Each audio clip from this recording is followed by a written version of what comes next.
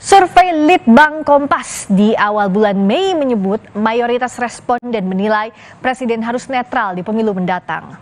90,3% responden menilai sangat penting presiden bersikap netral di pemilu mendatang.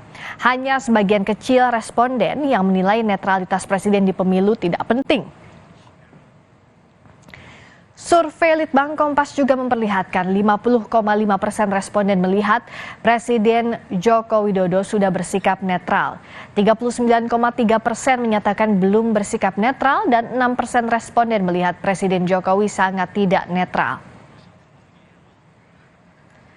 Lebih dari 58% responden meyakini Presiden Jokowi dapat menjaga netralitas di masa kampanye pemilu. Sedangkan 39% responden merasa tidak yakin Jokowi akan netral di pemilu mendatang.